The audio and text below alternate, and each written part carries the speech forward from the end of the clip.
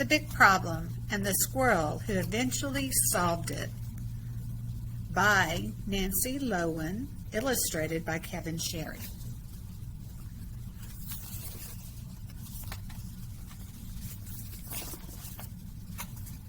The squirrels had a problem, a big problem, a scaly, striped, and spotted problem, a problem with 3 teeth, tiny horns, and a sturdy tail. The problem was sitting over the spot where the squirrels buried their best acorns. The squirrels huddled together. "What should we do? What should we do?" they chattered worriedly. "I have an idea," said the smallest squirrel, but no one listened. "Let's watch the problem for a while," said the oldest squirrel. So they did. The problem slowly scratched its ear. It lazily picked its nose. It took a nap and snored loudly. The problem talked to its mother on the phone. "Yep, everything is fine, Ma," it said. "But my new neighbors are strange. They twitch their tails a lot, and they're always watching me."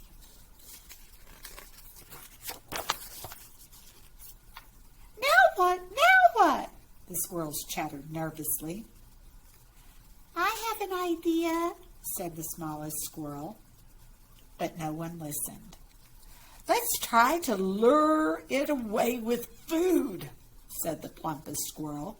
So they did. They gathered berries, seeds, and a pile of second-best acorns. They arranged the food quite nicely on a leaf. Then they hid in the trees and waited to see what the problem would do. The problem sniffed the air curiously. But the problem didn't budge. Instead, it stretched out its sturdy tail, scooped up the leaf, and ate the treats in one slurpy swallow. "What next? What next?" the squirrels chattered anxiously. "I have an idea," said the smallest squirrel, but no one listened. "Let's throw things at it," said the most daring squirrel. So they did. They threw twigs, sticks, and branches. They threw pebbles. The most daring squirrel threw a battered old golf ball. The problem looked annoyed, but it still didn't move. Instead, it whispered into its phone, "I don't understand these people at all, Ma. First they stare at me, then they make me a nice appetizer plate, and just now they did a weird dance, jumping up and down and tossing sticks and things. I'm baffled."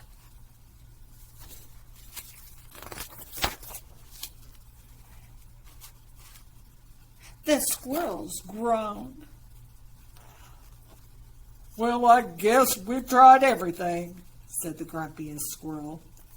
"Those acorns are lost to us forever."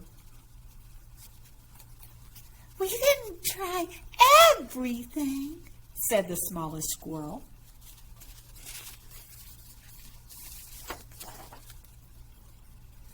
And with that, the smallest squirrel approached the problem and held out his paw. "Hello," he said. "My name is Skitter. Welcome to the neighborhood."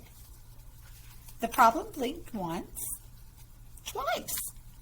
Then it held out its paw too. "I'm Pat," it said. "Very nice to meet you." Skitter took a deep breath.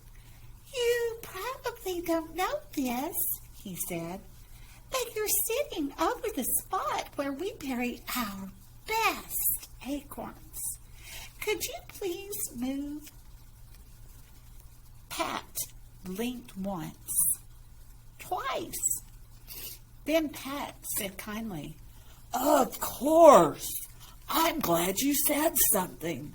I had no idea."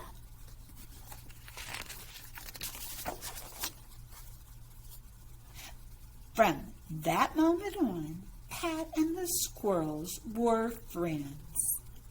Good friends.